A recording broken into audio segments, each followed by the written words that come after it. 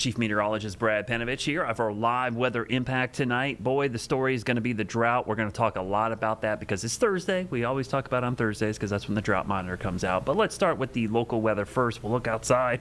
If it wasn't for the drought, this would be a beautiful day.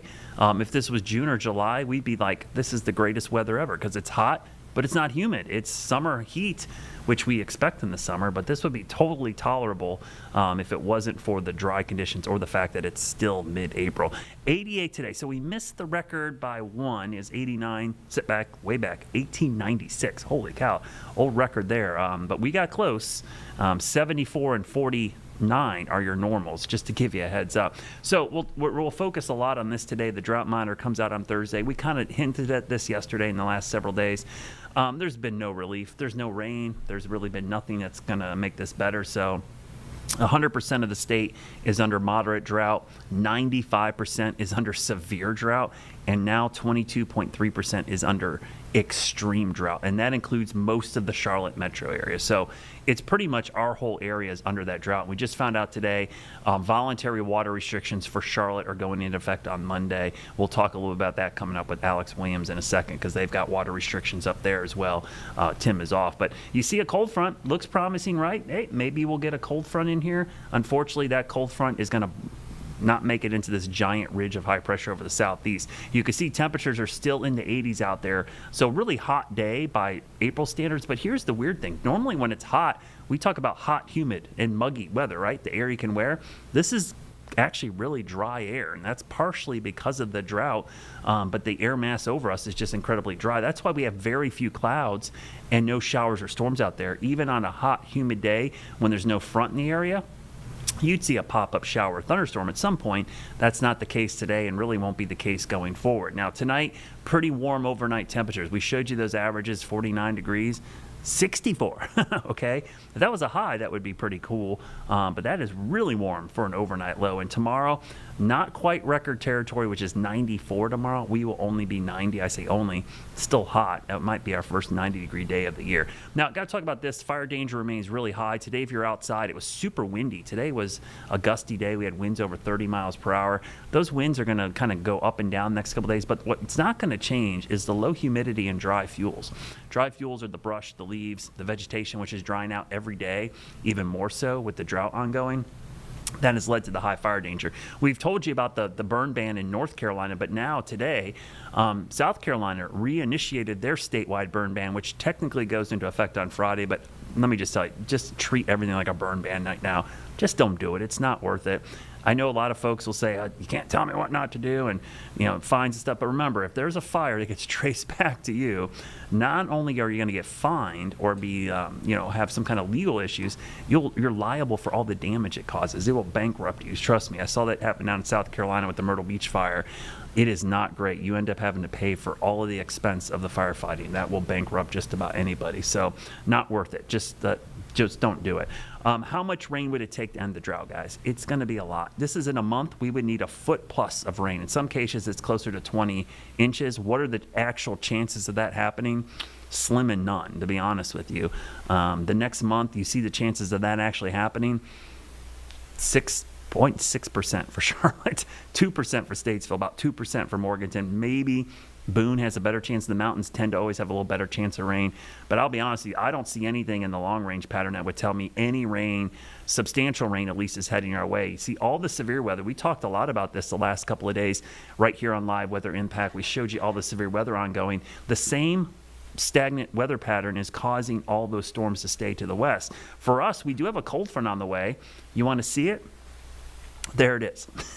6 a.m. Sunday morning, front moves in. Look at the isolated showers. I mean, almost none out there. This is just not going to cut it. You could see that's a pretty dry sun. That's why we said, hey, there's a 20% chance on Sunday. Don't get your hopes up because the grand total amounts 5/100ths of an inch, maybe a tenth of an inch. That is certainly not enough to do anything for the drought. That is just the fact that, hey, I saw a raindrop or two. And just looking long range, we show you the 7-day rainfall forecast, really kind of hints at what's happening here. We've got this ridge over the southeast, and it stays pretty bone dry, just an isolated rain chance over the next 7 days. So I'd love to tell you there's a front coming or a pattern change. I just don't see it in the next 7 to 10 days. In fact, if anything, I see drier, hotter weather persisting for at least the 10-day period. Hopefully, beyond that, we start to see some changes. Maybe in May. I'm looking ahead to May. We still probably got one good month left before we get solidly into summer weather. And what I mean by that is the jet stream starts to retreat back into Canada as you get closer and closer to the summer months. And that means no fronts, no low pressure systems. The only chances of rain come from pop-up scattered thunderstorms. And sometimes those chances could range from 20% to 50% depending on the day. But they're hit or miss. You can get a deluge under them, but most people we'll see a shower or thunderstorm maybe once a week and everybody else will stay dry. It's just not a really consistent way to get rainfall. The best way to get rain is a stalled front or a big front or a wedge. In the summer, our chances of widespread rain really come from tropical systems. So we might be rooting for maybe not a powerful storm, but maybe a weak storm that moves over us. That would be our best chance in the summer. And then we got to wait till the fall before El Nino kicks in, where we might start to see more active fronts moving in. Speaking of the weekend, here's a look. Low 90s on Saturday, 70 as we go into Sunday. There's your 30% chance. That might be super optimistic, to be honest with you. Your Jerry Hunt Supercenter 7-day forecast, at least the front cools us down. We're back to near average as we go into Sunday. And then Monday, Tuesday, you'll see temperatures in the low 70s. We'll go 10 days in the future, and you can see temperatures next week are going to be hovering in the 80s. We will see a cool down, though, as we go into next weekend as well, and maybe another chance of rain. It's not a huge chance, but possibly at least a small chance of rain next Saturday. But for a 10-day forecast, that's a pretty low chance of rain overall, and just goes to show you there's not a lot of relief from the drought. So stick around. Coming up, Alex Williams is going to join me from WFMY. We're going to talk drought, wildfire risk. We'll talk a little bit about the front this weekend, which won't amount to much, and a big anniversary, the April 16th, 2011 tornado outbreak. That's coming up after the break, so stick around. Weather Impact Live with Brad Panovich is sponsored by Moisture Lock, crawl space, basement, and foundation repair experts serving the Carolinas since 1988. Tired of all this rain? Does your yard look like a swamp after it rains? Hi, I'm Greg Doggett with Moisture Lock, Charlotte's premier waterproofing and foundation repair company. The longer water sits, the softer soil will become. This can cause foundation issues. If you're having drainage issues, contact Moisture Lock. We'll get the water away from your home and out of your yard. Moisture Lock, stabilize, enhance, protect.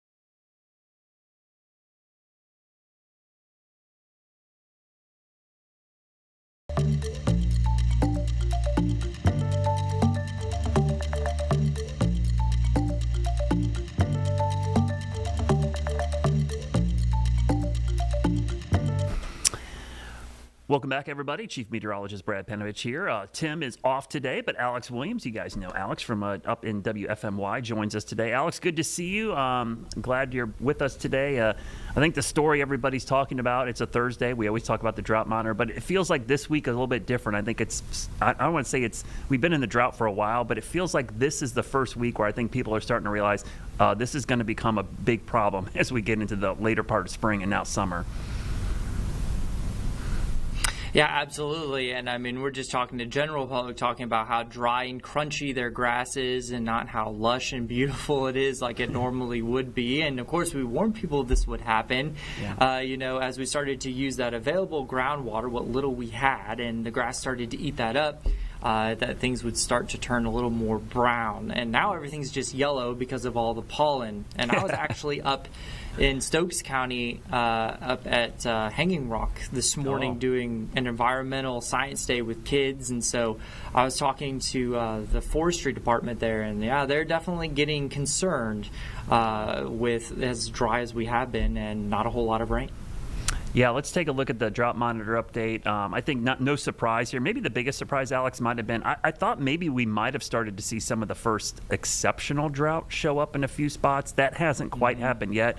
But I think the stunning number to me is 100% of our state is under moderate drought and 95% under severe drought.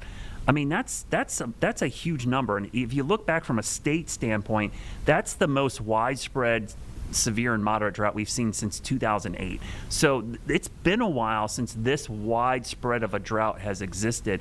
And the extreme drought did expand quite a bit, especially north up towards you guys in the Triad north of Charlotte, and also around the Raleigh area and parts of western North Carolina. And you're starting to see some of the hints of some of the water systems suffering. I know locally, starting Monday, we're going to be under voluntary water restrictions, which we'll talk about. But you guys have some mandatory up there and a lot of voluntary already. Yeah, definitely some, at least, I don't know about mandatory yet, but we're definitely getting into the voluntary category. Wilkes County announced today that they're kind of urging people to start using water, smarter, much like you guys talked about, you and Tim talked about yesterday on the Weather Impact Show, just kind of common sense ways to conserve water. That's kind of a good idea. In fact, we checked in with Greensboro, and we're doing A-OK as far as water shortages right now, not necessarily mandatory, but of course the burn ban is mandatory, and everybody needs to avoid burning if they can. Yeah, I think we've been kind of lucky. As windy and dry as it was today, I haven't seen a lot of fires breaking out, which is a good thing. Real quickly, Robert, put up my laptop quickly. I'll show you what the voluntary restrictions are for Charlotte. And these are similar in most municipalities, Alex. So for outdoor watering, they're recommending if you have an odd address, so if your number of your house number adds an odd number, to only water on Tuesdays and Saturdays. And if you have an even address, you do it on Wednesday and Sunday. And they want you to avoid watering during peak heat. And this is that common sense stuff you were talking about. I see this all the time, Alex. I don't know why you would water in the middle of the day, because a day like today, you lose half of it through evaporation. And as windy as it was today, the other part blows around. It's just not very efficient. So it doesn't mean you can't water your plants. Just do it in the evenings or the mornings when the wind is light and the moisture, the humidity's higher. And direct hand watering tends to work best than using a sprinkler, because you're getting it right to the roots. The other one is, this is interesting. You can power wash your house, your deck, your patio. They don't want you power washing your sidewalks or flat surfaces like driveways, because that's just wait, And then commercial car washes. We talked about this yesterday with Tim, and this might be something I think a lot of people know, and people are like, commercial car washes are forced to recycle. Most of the ordinances, you have to recycle about 50 to 70% of that water. And so it's really an efficient way to wash your car. And if you're going to do it at home, they recommend doing it like in your yard or somewhere where the water runs into the grass and not into the storm drains, because at least you get a double use of that water. You can wash the car and water the lawn at the same time. So as you mentioned, it's kind of common sense stuff, really. Yeah, absolutely. And, I'm sure if Charlotte's already implementing those, we're not far off as far as if we continue to extend this drought. And, of course, what do we need? We need rain, and there's not a whole lot of it. We've got that front heading our way now, and that's probably not going to produce any rain if it holds together. Maybe a little bit of cooler temperatures tomorrow, but not a whole lot in the way of relief for the drought. Yeah, and speaking of that, I know you guys build this graphic as well. So we get this product from the Climate Prediction Center as well. They like how much rain do you need to end the drought, and I like showing the 1 month total because it kind of really illustrates. So for most of our area, if you look at general, I mean there's specific climate divisions here, but it's generally about a foot to 10 inches of rain over a month. And that seems highly unlikely in any scenario, let alone the scenario or the front or the kind of like pattern we have now. But we actually did a pretty cool thing today, Alex. We pulled out like the chances of that actually happening. And so for a couple select cities, for Charlotte, the chances of that happening in the next month are like 0.6%. In 3 months, it's only 5.2%. So the chances of this happening are pretty slim to none. Doesn't mean we couldn't see relief. It just means that the drought, at least in my opinion, I don't see it coming to an end until maybe the fall or late summer with a tropical system or El Nino forming later this year. It really seems like we're running out of springtime. And as you know, in the summer, pop-up storms just don't cut it. Even a normal summer day, a pop-up storm's great if it happens at your house, but most people don't see that pop-up storm. They're just hit or miss. Yeah, absolutely. So we're kind of running out of that time for organized, widespread rain chances, which we might see into Sunday. Not necessarily a whole lot of rain, but it could be wide enough that it could impact at least multiple houses with some of that rain. Yeah, you mentioned the burn ban. We know North Carolina has been under the burn ban for, I think, 3 weeks now. The end of March, they put it into effect. But what happened today for us, for our South Carolina viewers, South Carolina announced they're reinstituting their statewide burn ban starting Friday. We kind of joked in the office. We don't know why they let it expire. They basically thought that rain on Easter was enough to help, but it really didn't do much. It was only like a 0.3 of an inch. Interesting. But yeah, so both states will be back under statewide burn bans by the weekend. And the other thing, Alex, that we saw the North Carolina National Forest come out with with fire restrictions in the National Forest, which I think is important because we're now getting to that time of year where camping season, summer, Memorial Day is not too far away. People are going to start getting out. You mentioned you were up at Hanging Rock today. A lot of folks are getting out into the woods and out into the communities now, doing camping and other things. And so people are going to want to do cooking fires and campfires, and they're just trying to say, hey, maybe not do that right now until we get out of this drought. Yeah, I mean, it is so dry, and just being at Hanging Rock this morning, I mean, you're crunching as you step off the trail, onto, there's lots of dry leaves that are still around, there's lots of just very dry trees, and there's lots of fuel for fires, and it doesn't take much than other maybe overlooking, not putting something out, not making sure that, it's cool to touch, and making sure that those coals are completely out, that gets onto the ground, and then we've got a wildfire on our hands because of how dry it is. And so that's why they're probably like, not the best idea to go ahead and do a campfire or really burn anything in our national parks, because we love them and we want to keep them that way. We don't want them catching on fire. Yeah, we talk about the weather part of this, Alex. The weather part is the high winds, the dry fuels, the low humidity. But the number one initiation of fires is from people, right? We're the biggest cause. It's like 95% of fires are caused by people. Some are caused by lightning and spontaneous combustion, but those are few and far between. Usually it's carelessness by humans or just, mistakes, not putting a fire out, as you mentioned, or cigarette butts or other ways. So we're really the reason these fires start. The weather is the reason they spread so rapidly. But we talked to some farmers. I know you guys did as well. We actually have some of those sound bites talking about how the farmers are dealing with this, because one of the biggest issues they have is they're trying to plant crops right now, and they're having a tough time even getting the seeds into the ground. It's a really concerning time right now. Are you sending up prayers? All day, every day, honey. Every day. Every day. A farmer doesn't pray, he don't need to be farming. Jackie Thompson Sr. has 3 problems, all caused by this drought. His wheat may not last the next few weeks without rain. His pond may not have enough to irrigate it. And if he uses the water for wheat, how long can he wait to plant his tobacco? But the calendar still rolls on and on and on. So we can't wait too long for that. So we're going to take a chance, hoping that the moisture in the ground is adequate enough for us to go ahead and plant our tobacco and soybeans. The state saw its 37th driest February since 1885, according to the National Integrated Drought Information System. And if nothing changes in a few weeks, Thompson says he'll be in trouble. That's, water restrictions affect us all personally because we're at home or we're trying to wash our car. But, for folks that don't really have to deal with that, the one way the drought will impact you is if food prices start going up because the farmers can't grow crops. I think that's another impact that we probably won't start to feel until the summer and the harvest season. But right now is when those crops need to be going in the ground. Yeah, the folks there at Stokes County with Soil and Water, and they were talking to me that there's farmers that are trying to get grants to drill wells down into the rock so that they can get water to water their cattle. There's already a farmer up in Stokes County that's twice a day having to, trudge or drag water from, one place to another to water the cattle. And he's having to do it twice a day. And so... Wow.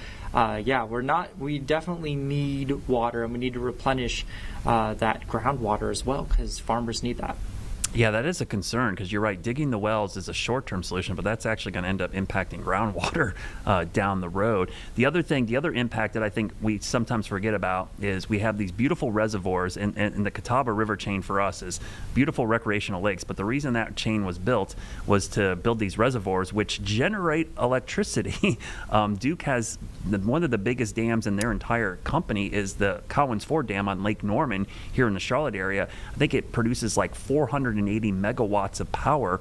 If they stop having water flowing through those, that's about 10% of their power production could go down. So the power could be an issue as well, Alex, which is something we're talking about. So let's talk about the rain. You mentioned this a couple times. We have this chance of rain Sunday. I feel like we've been bitten by this bug a couple times this spring. We'll see a pattern where it looks like it's going to rain, and that front gets closer, and it just kind of falls apart. And I have a bad feeling that this Sunday, this might do the same thing. So when I look at the futurecast, I see the front arriving Sunday morning, and there's some rain, as you mentioned. There's at least everybody gets a chance. But man, it doesn't really amount to much. I think the bigger story is it does cool us down back to closer to average. But I don't know about you, but I feel like I'm shy to say rain is in the forecast because we've had so many of these patterns kind of go away as we get closer and closer. Yeah, especially, and talking of that front, it's going to be one of those weird, people wake up and it's already cool, and they're like, well, when do we hit mid-70s? At least that's what we're forecasting here, mid-70s for midnight, and then you wake up and you're already in the 50s. So you'll be noticing that temperature drop as you're going out on Sunday morning, whatever you have planned. And then maybe a few showers sprinkle on you as we go through the afternoon. We can only hope. But it doesn't look like something is going to completely end the rain until we can get the Bermuda High to get out of here. Because it's been the issue, All those rain chances keep running smack dab into the center of it, and that just kills those rain chances. So until we can get rid of the Bermuda High or get it to shrink, which might happen in a couple weeks, then we start getting maybe better rain chances across the area. Yeah, it would be great for it just to shift back to the east. And even if we don't get fronts in here, just to get to the normal afternoon thunderstorm chances, the Lee Trough and the mountains. Because that would be the one thing I think about locally is we may not see a lot of widespread rain here, but if we can get rain in the mountains, that's the headwaters for a lot of our rivers, creeks, and streams. That would actually help our water supply at the very least if we get rain in the mountains and foothills. It might not be great for your lawn in the Piedmont, but at least from a water supply standpoint, that would be a good spot to get some rain. That's a good point. It's something I don't think a lot of people think about. It's just like, oh, darn, the foothills get rain again or the mountains get rain again, and we don't. And, it actually is beneficial. It's adding into those headwaters. That headwaters then enter into our lakes. And so we can avoid issues with energy, talking about Duke and with some of the electricity issues. And then also just enjoying our area reservoirs, right? We want them to be full up so we can have a good time this summer. And some of them are already on the lower side. That's a good point because when boating season comes around, you start getting some of these boat ramps start closing because there's not enough water to launch your boat, and it just limits the amount of recreation as people are trying to stay cool and enjoy. I think by the time we get to Memorial Day weekend, if we're still in a drought, I think the boaters will really notice that firsthand.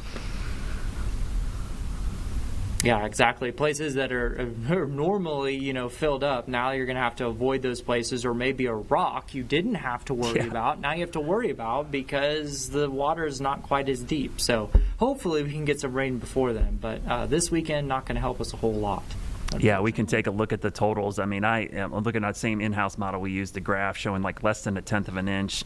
That's certainly not going to do anything for the drought. But, Alex, at least at the minimum, this would help reduce the fire danger for a day. It would help the pollen a little bit, just the increase in humidity. It'd be a short-term little fix for some of those other issues. But long-term, this really is nothing. This is not going to do anything for the drought. You need, a ton of rain. And it's not just one day of rain. I think for everybody out there, we might get a day where we get a good thunderstorm or a good front.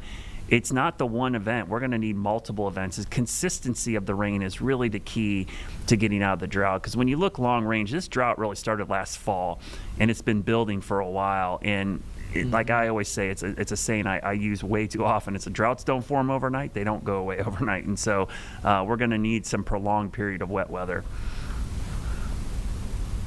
Yeah, absolutely. And, a lot of that wet weather typically in the month of April would come from active severe weather. Yeah. And the Bermuda High just shut that down. We really haven't seen rounds of severe weather that could bring downpours and help replenish some of that water. And we just, again, haven't really seen much in the way of severe weather, thankfully. But also on the downside, we haven't seen the rain that usually produces. Yeah, I told Tim that yesterday. It's like I haven't heard thunder in a long time, and it's mid-April. Usually we've gone through a couple severe weather events. And speaking of that, today is a big anniversary, the biggest tornado outbreak in North Carolina's history. Robert will show the map here real quickly. A lot of folks remember this day.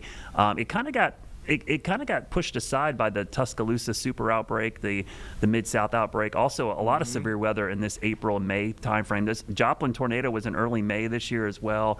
So it was a very active severe weather time. But people forget in North Carolina, this was our single day biggest tornado outbreak. 32 tornadoes touched down on this date. And unfortunately, we did have, I think, 10 fatalities on this date, but we had 5 EF3s, and they were long track, Alex. They were like over 55, 60-mile tracks. I remember this day vividly. The storm started in the morning over our area. They moved into eastern North Carolina, and a lot of folks will never forget this day. But it goes to show you, April normally is a very active month of severe weather, but except when you're in a drought like we are this year.